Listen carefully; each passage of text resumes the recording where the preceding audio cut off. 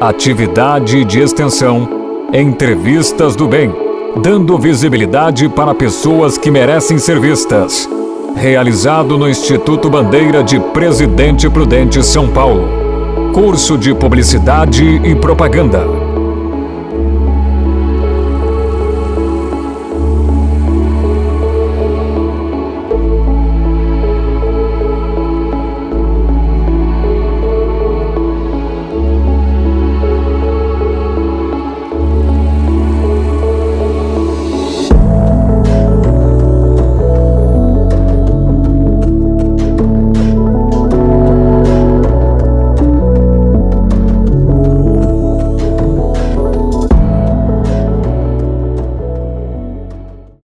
Todos os dias, centenas de vidas cruzam nosso caminho. Algumas passam despercebidas.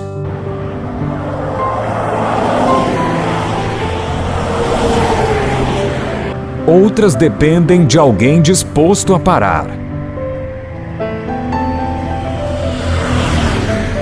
A olhar. A agir.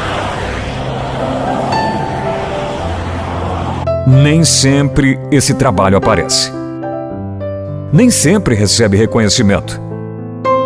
Muitas vezes ele acontece em silêncio, longe das câmeras, longe dos holofotes.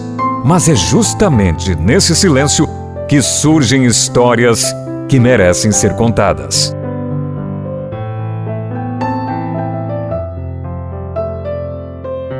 Em uma região onde poucos lugares estão preparados para acolher animais silvestres feridos, órfãos ou vítimas de acidentes, existe uma estrutura criada para oferecer uma segunda chance. Uma segunda chance para aves. Para gambás. Para porcos-espinhos. Para tantas outras espécies fundamentais para o equilíbrio da natureza. Mas nenhuma instituição nasce sozinha. Por trás de cada atendimento existe uma escolha, uma história, um propósito.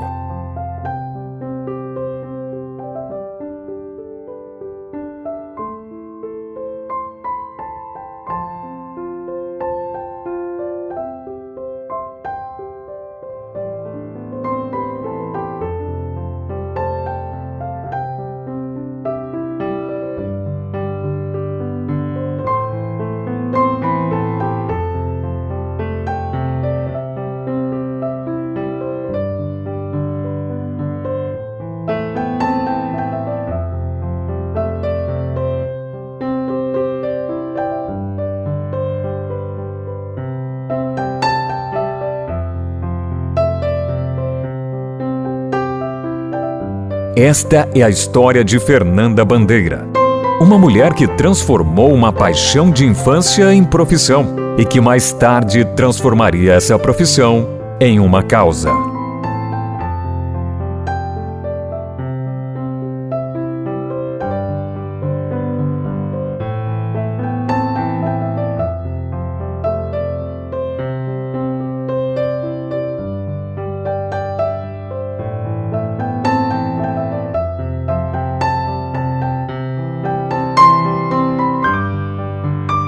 Meu nome é Fernanda Bandeira, sou médica veterinária. A minha primeira graduação é Economia. Em 2018, formei na veterinária. Começa também por conta do financeiro, né? A minha família não tinha condições de pagar a veterinária na época. E eu tinha um tio que era minha referência como empresário, como profissional. E ele era economista, trabalhava numa empresa grande, em Presidente Prudente, e ele comandava um setor importante comercial na região e ele era economista e eu quis seguir ele. Mas meu coração sempre bateu muito forte para veterinária. Eu era daquelas crianças que colocava cachorro para dentro de casa, minha mãe ficava maluca comigo, eu saía catando cachorro na rua. E depois que eu casei, pedi de coração para o esposo para que ele trabalhasse e eu fosse para veterinária, porque veterinária integral não dava para trabalhar e estudar. O sonho demorou para acontecer. Mas quando finalmente se tornou realidade, abriu caminhos que Fernanda ainda não imaginava percorrer. E em 2020 a gente abriu o CDA, que é o Centro de Diagnóstico Animal. E aí a gente começou o CDA como um laboratório veterinário e há pouco tempo a gente começou a atender também clínica, internação, centro cirúrgico e oferecer outros serviços. O que parecia apenas uma demanda ocasional começou a se repetir. Um animal atropelado, uma ave ferida, um filhote sem a mãe. Aos poucos, uma nova realidade passou a fazer parte da rotina. Com isso, começou a aparecer umas demandas de animais que eram resgatados e a gente começou a ver que isso era um problema social, porque muitos desses animais, eles eram só trazidos e abandonados aqui, ou então a gente recebia ligação que o pessoal precisava de ajuda. E há um ano, mais ou menos atrás, um ano e pouco, a gente abriu o Instituto Bandeira. Eu tenho uma outra veterinária que é parceira aqui no Centro de Diagnóstico Animal, que é a Amanda, e ela que faz o atendimento clínico desses animais, porque ela é especialista em animais silvestres.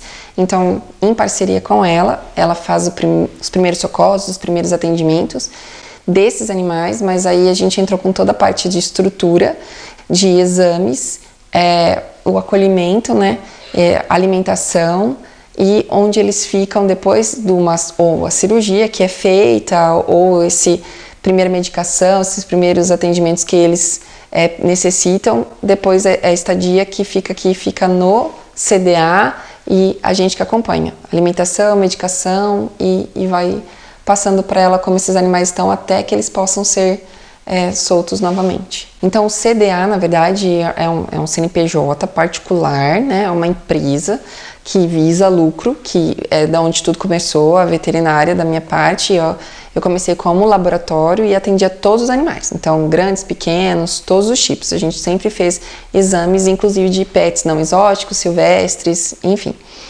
E depois, com a demanda de animais resgatados, e só na parte de silvestres, por conta da Amanda, que também a gente recebia muito pomba, gambá, a maioria, a gente recebeu o porco-espinho, que é o ouriço, por conta disso, e aí a gente começou a abraçar e do nosso bolso sair todo atendimento, estrutura, exame, tudo.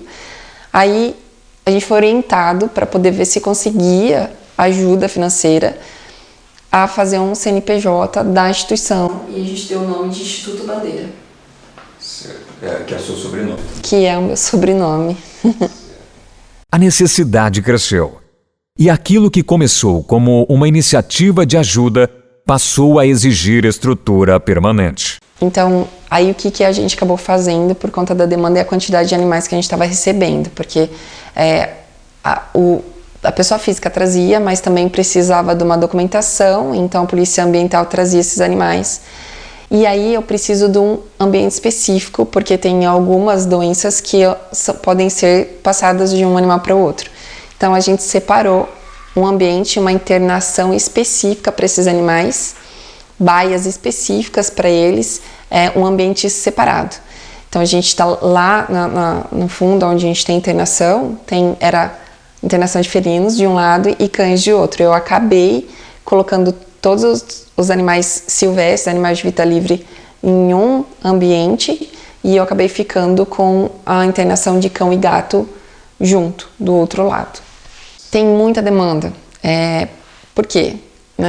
Um passarinho bate no vidro e cai no quintal da casa, né? Um filhote de gambá é abandonado porque a mãe morre, ou então é atropelado na frente de casa. E aí o pessoal começa a trazer. Recuperar um animal não significa apenas tratar um ferimento. É preciso prepará-lo para voltar à natureza, preservar seus instintos, respeitar seu comportamento e devolver a ele uma nova oportunidade. Esses animais precisam de alimentação, eles precisam de exames, eles precisam de medicação. E a estadia deles me ocupa, porque às vezes eu deixo de atender um particular, que é onde paga tudo isso, para poder dar essa atenção, porque tem a limpeza do ambiente deles, tem troca de cama, feno, porque são animais, como eles são animais de vida livre, e eu não posso também colocar eles num ambiente extremamente diferente daquilo que eles estão habituados, porque a intenção é ajudá-los, medicá-los, né, tirarem daquele estado que ele chegou e depois se retornar à natureza. Então eu tenho que colocar um ambiente que precise de feno, toca, cabana de alguma maneira que eles consigam achar que eles ainda estão caçando para poder depois ser solto. Então tudo isso custa e a gente entrou com essa parte de estrutura. Além do trabalho realizado no Instituto Bandeira, você também é responsável pela empresa CDA, que contribui diretamente para a manutenção da entidade. Conte para nós de que forma os recursos da própria empresa ajudam a manter o funcionamento do Instituto Bandeira e o atendimento aos animais. Tá.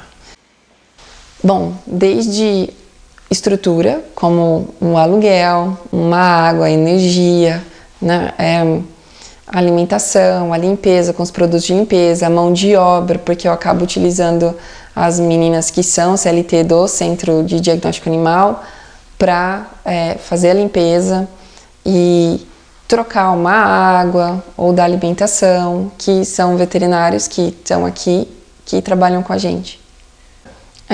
Hoje o CDA ajuda com tudo isso e com os exames.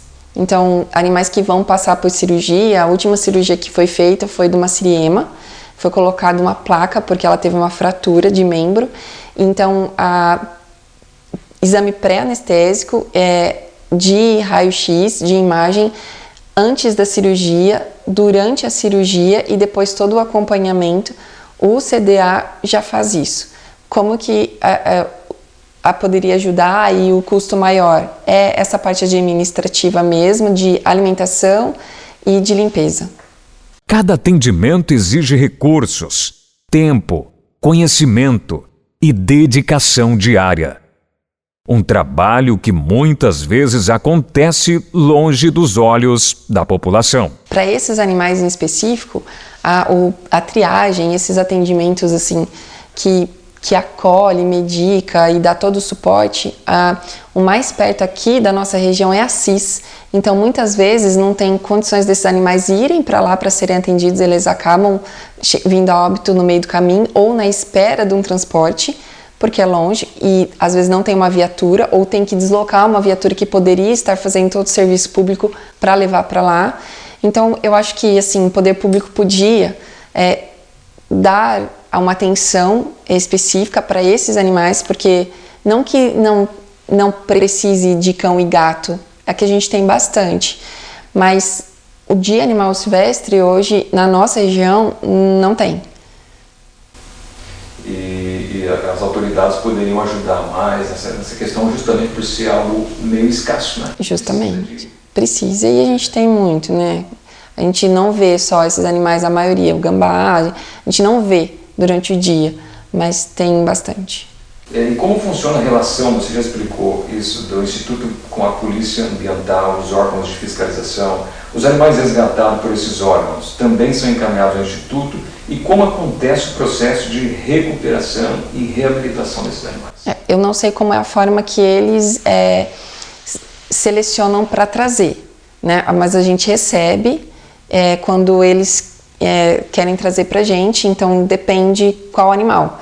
Mas eu não conseguiria atender um animal muito grande, minha baia é pequena.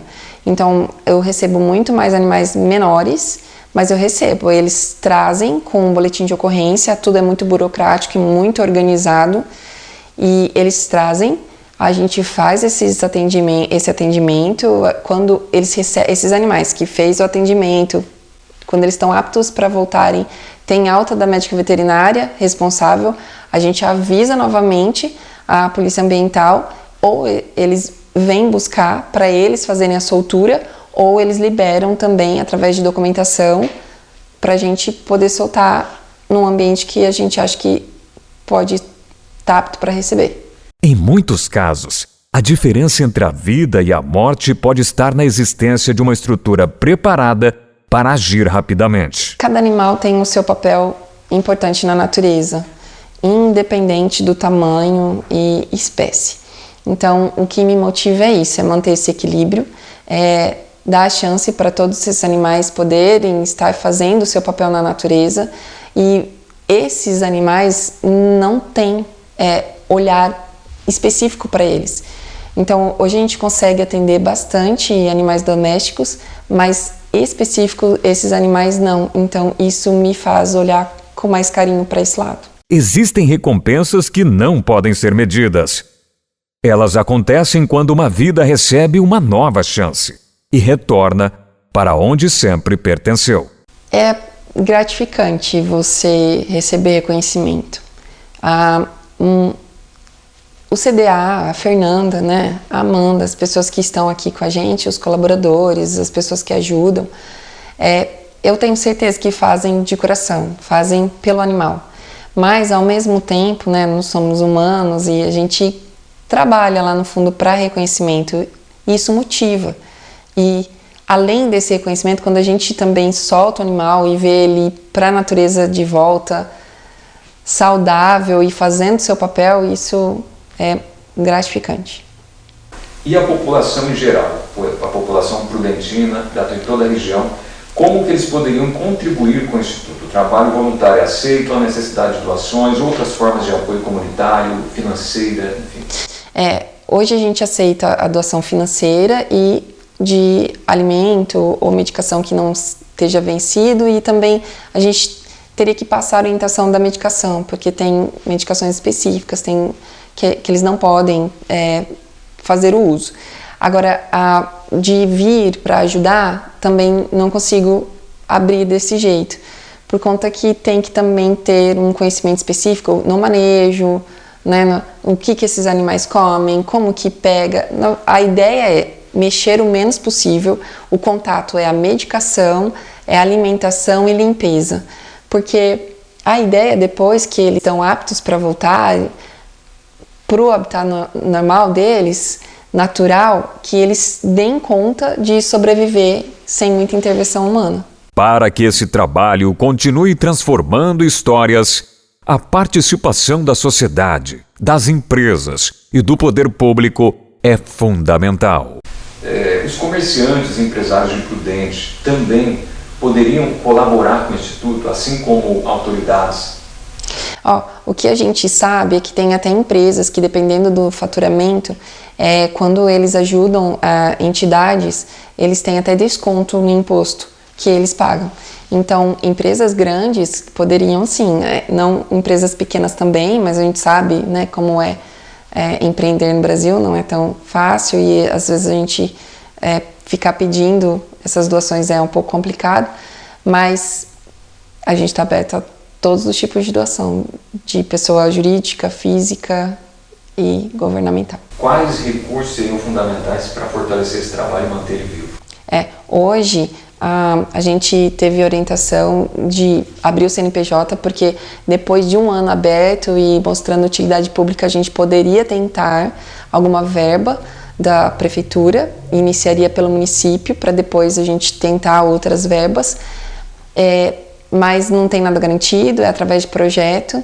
E o que a gente estava fazendo? A gente estava pedindo doações para algumas empresas, para ajudar na alimentação, na limpeza, produtos mesmo, nada de dinheiro, era, né, a alimentação, por exemplo, vai na feira e pede,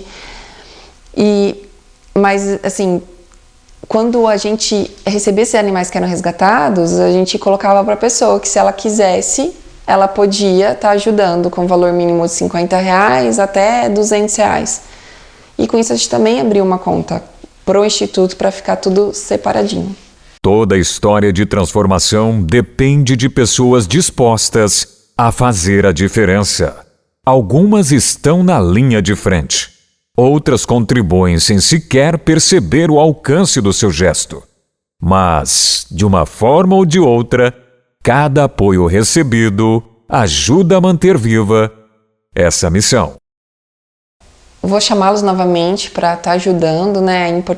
A importância desse trabalho, que hoje não tem outra entidade, outra instituição na proximidade, na região, que possa estar atendendo esses animais. E também dizer que se você trouxer o seu animal para o centro de diagnóstico, para o CDA, para ser atendido, para fazer uma vacina, uma consulta, uma castração, você indiretamente ou diretamente está ajudando esses animais.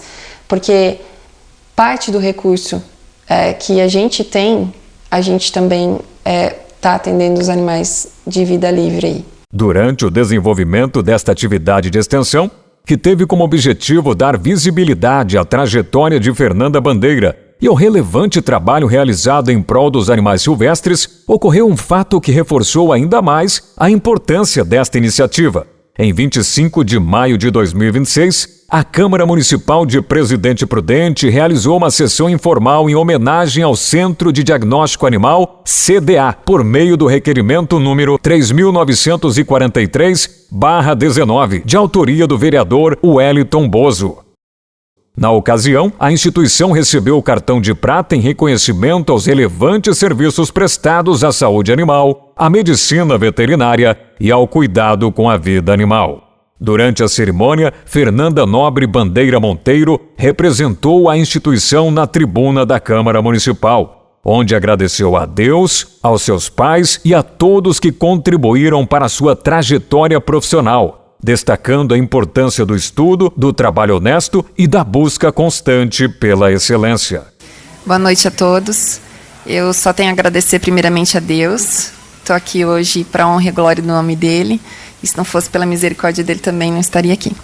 E agradecer meu pai e minha mãe pelos ensinamentos, por me colocar sempre a importância de estudar, a importância de trabalhar de forma honesta e mostrar a excelência do nosso trabalho, o quanto isso honra os nossos nomes e o que isso leva. E por isso estamos aqui hoje, né? E queria que vocês estivessem participando. Queria que o meu esposo estivesse aqui também e agradecer a minha equipe, que também me trouxe aqui.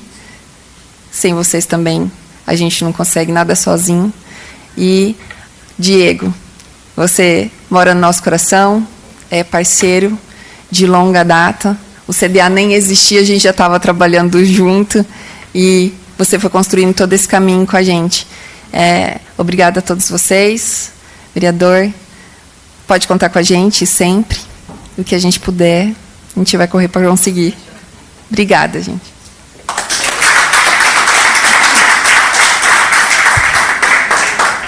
A coincidência entre a conclusão desta atividade de extensão e o reconhecimento concedido pelo Poder Legislativo Municipal evidencia a relevância do trabalho desenvolvido por Fernanda Bandeira, pelo Centro de Diagnóstico Animal e pelo Instituto Bandeira, reforçando a importância de valorizar e dar visibilidade a iniciativas que contribuem para a proteção da fauna silvestre, o bem-estar animal e a preservação da vida. Nem todo herói veste capa. Alguns vestem jaleco. Trabalham em silêncio. Enfrentam desafios diários e dedicam suas vidas a proteger quem não pode pedir ajuda. Esta é a história de Fernanda Bandeira, mas também é a história de cada vida que recebeu uma segunda chance e de todos aqueles que acreditam que toda vida merece ser protegida.